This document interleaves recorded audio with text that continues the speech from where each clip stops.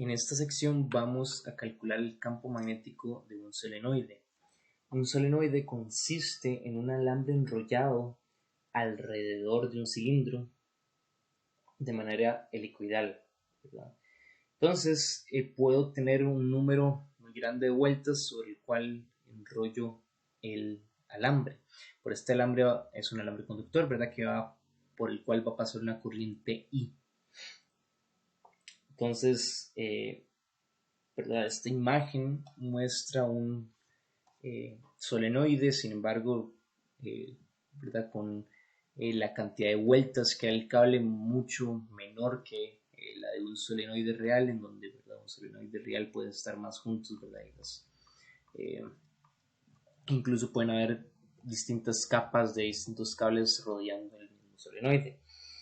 En este caso, se muestran los campos, ¿verdad? El campo magnético que hace cada uno de estas vueltas del solenoide. Cada vuelta pareciera, ¿verdad?, que es una capa. Cada una de esas capas del solenoide, de ese cable que se enrolla alrededor del cilindro, parece que formaran, ¿verdad?, espiras circulares, como hemos venido trabajando, ¿verdad? Entonces, cuando uno hace los cálculos para un solenoide largo, ¿verdad?, y embobinado en varios vueltas de cable, al parecer las líneas de campo magnético emergen principalmente de los extremos, como podemos ver de la imagen, ¿verdad?, en su mayoría, y otra mitad se fuga a través, ¿verdad?, de los embobinados del centro, como podemos ver por acá, aunque es un poco más tenue, ¿verdad?, esa fuga del campo magnético.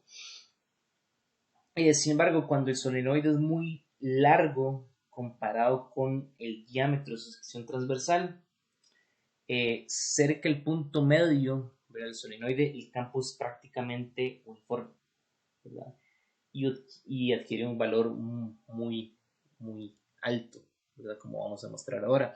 Entonces, cuando esto, ¿verdad?, es mucho más largo el solenoide que tenemos acá y más vueltas de alambre, aquí en el centro, de hecho, podemos ver que conforme vamos metiendo más líneas de campos va tendiendo a ser un valor constante aquí en el centro solenoide, paralelo al eje de simetría por el que lo estamos trazando, por el que lo estamos enrollando, ¿verdad? Entonces, lo que vamos a hacer ahora es calcular el campo magnético del solenoide, como dicen aquí, con si tiene una cantidad de n espiras, ¿verdad?, como señalan. Este es el solenoide. Si la cantidad de espiras es n por unidad de longitud, ¿verdad? El solenoide, ¿verdad?, conoce el alambre que se enrolla alrededor del solenoide conduce una corriente I. Quiero aplicar ley de Ampere para medir el campo magnético del solenoide. Entonces, la forma en que vamos a hacer ley de Ampere es como sigue. Vamos a ver un corte del solenoide, ¿verdad? Este sería un corte no transversal, sino de, ¿verdad?, una sección del solenoide en donde las líneas de campo magnético pasan por acá. Entonces, ¿verdad?, sería un corte de esta forma, ¿verdad?, del plano XY del solenoide. Entonces ahí podemos ver el cable enrollado en donde sigue, ¿verdad?, la corriente se transporta hacia afuera en esta región, va subiendo, ¿verdad?, hasta que entra. Entonces en el corte vemos la corriente entrar en este lado, donde va bajando, sale por acá, entra por acá, sale por acá, entra por acá, y así va la corriente, ¿verdad?, alrededor de cada una de las espiras circulares que conforman el solenoide. Entonces, la idea es hacer una curva amperiana de tal forma que sea cuadrada, ¿verdad?, y que tenga una longitud, ¿verdad? La longitud del cuadrado es L. Entonces vamos a agarrar una porción del solenoide y vamos a considerar, ¿verdad?, que, bueno, realmente es rectangular, en general no vamos a considerar que es un segmento cuadrado, pero entonces ese lado AB, que trazamos aquí, sí va a tener una longitud L y ese lado es paralelo al solenoide, ¿verdad? Los lados BC y DA voy a asumir que son muy grandes, muy largos, ¿verdad? Lo suficientemente largos para decir que el lado CD está muy lejos del solenoide, entonces como el campo es muy débil en el centro, ya para la región, ¿verdad? Donde está esa línea CD, casi no va a haber campo magnético, entonces puedo, ¿verdad?, suponer que el campo magnético en esa línea es cero, como nos indica aquí la figura. Entonces, lo que vamos a hacer es usar la ley de Ampere para calcular, ¿verdad?, sobre esta curva. Bueno, ya vimos que el campo magnético en la línea CD es cero, ¿verdad? Entonces, la ley de Ampere, que sería esa curva de B punto de L, tiene que ser igual a mu sub 0 por la corriente encerrada. Ahora, noten que, ¿verdad? Vamos por la curva, primero CD, eso es el campo cero, entonces, ¿verdad? No lo consideramos. Ahora, de D a A, el DL me va en esta dirección, ¿verdad? Que es la dirección de la trayectoria de la curva amperiana. Sin embargo, el campo está metiéndose a la pantalla, ¿verdad? Entonces son perpendiculares totalmente. Entonces, como el campo siempre está metiendo a la pantalla a lo largo de esta trayectoria, DL es perpendicular con el campo de D a A y también, ¿verdad?, cuando subimos de B a C. Entonces podemos decir que el campo, ¿verdad?, la integral, el campo no es cero, recuerden, la integral de líneas me va a hacer cero, ¿verdad?, debido a que este producto punto se me hace cero. Entonces lo único que queda, ¿verdad?, esto se reduce, esto va a ser igual a la integral de la última trayectoria que no hemos considerado, que es de A hasta B, ¿verdad?, de B punto de L. En este caso, vean que aquí el campo, como habíamos dicho al comienzo, dentro del ¿verdad?, dentro del solenoide va a ser prácticamente constante y va a ir en esta dirección, ¿verdad?, según señala la figura. Esta región aquí adentro es la región adentro que estamos demarcando al principio del video, ¿verdad?, que es un campo fuerte y prácticamente constante. Entonces vean que aquí el DL sí es paralelo al campo, como señalé ahí.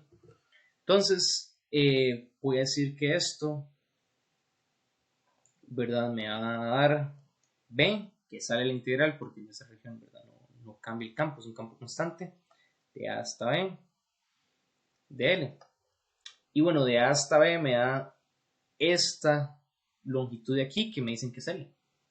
Entonces, toda esta integral se reduce a B por L, ¿verdad? Entonces, sabemos que la ley de Gauss, la ley de Ampere me está dando que la integral de línea del campo a lo largo de esa trayectoria me está dando B por L. Ahora yo necesito saber cuánto es la corriente encerrada, ¿verdad?, el término de la derecha. Entonces yo sé que en una longitud L yo voy a tener cierto número de vueltas. Estoy considerando solo la región encerrada, ¿verdad?, por la curva amperiana en esta región L, ¿verdad?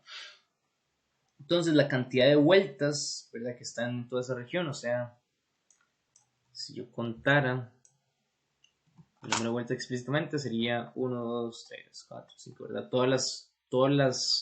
Cada una de las espiras circulares que se forman ahí es una cantidad n por L, ¿verdad? Porque si yo tengo que n es el número de espiras del alambre por unidad de longitud y yo tengo que, ¿verdad?, hay un cierto número de espiras en esa longitud L, y bueno, el número de espiras que hay en esa longitud es n por L, ¿verdad? Entonces, digo n por L, número de espiras en L, ¿verdad? Entonces, lo que voy a tener es que cada una de esas espiras transporta una corriente I, ¿verdad? Entonces, por aquí está pasando una corriente I, por aquí una corriente I, por ahí una corriente I, todas es la misma corriente I. Entonces, lo que voy a decir es que la corriente total es la corriente que aporta cada espira, o sea, el número de espiras por la corriente de cada una, que vamos a decir que es I, como dice el enunciado. Entonces sería N por L, que es el número de espiras, por la cantidad de corriente que aporta cada espira, o sea, I. Me queda esto de acá. Esta es la corriente encerrada. Y falta el término, ¿verdad?, que acompaña la corriente encerrada, que es el U0, que es la constante de permeabilidad magnética. Entonces ya uniendo todos los resultados me da que la magnitud del campo para un solenoide es I, ¿verdad? Bueno, voy a ponerlo en el orden que sea más bonito. Mu0 N I. Ya cancelé la longitud. Voy a ponerlo en un cuadrado mejor.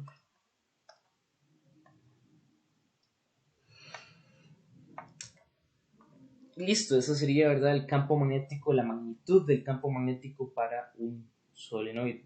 Noten que el lado AB, ¿verdad?, no necesariamente se encuentra, ¿verdad?, este lado AB no está exactamente en el eje, ¿verdad?, en el eje del centro de simetría del solenoide, ¿verdad? Eso está, de hecho está, bueno, la imagen se ve bien que está un poco más arriba. Entonces eso no, ¿verdad?, no habría problema con eso, ¿verdad? El resultado demuestra que el campo, ¿verdad?, aunque no estemos justo en el centro, es prácticamente uniforme adentro de la sección transversal del solenoide, que siempre se acerca del centro del solenoide. En general, toda esa región va a tener un campo magnético constante. Vean también que pasa lo mismo que estaba pasando en otro ejemplo que hicimos antes, ¿verdad?, de la esfera circular, en donde la dirección del campo magnético del solenoide es la misma que la del momento magnético vectorial, ¿verdad? El mu, la dirección de B va a ser igual a mu, que es la corriente por el vector de área. ¿Verdad? Esto, como les decía, esto es exactamente lo mismo, igual que pasa con el campo magnético de una esfera circular, es porque realmente el solenoide, ¿verdad?, es algo compuesto de n espiras circulares, ¿verdad?, como vimos anteriormente.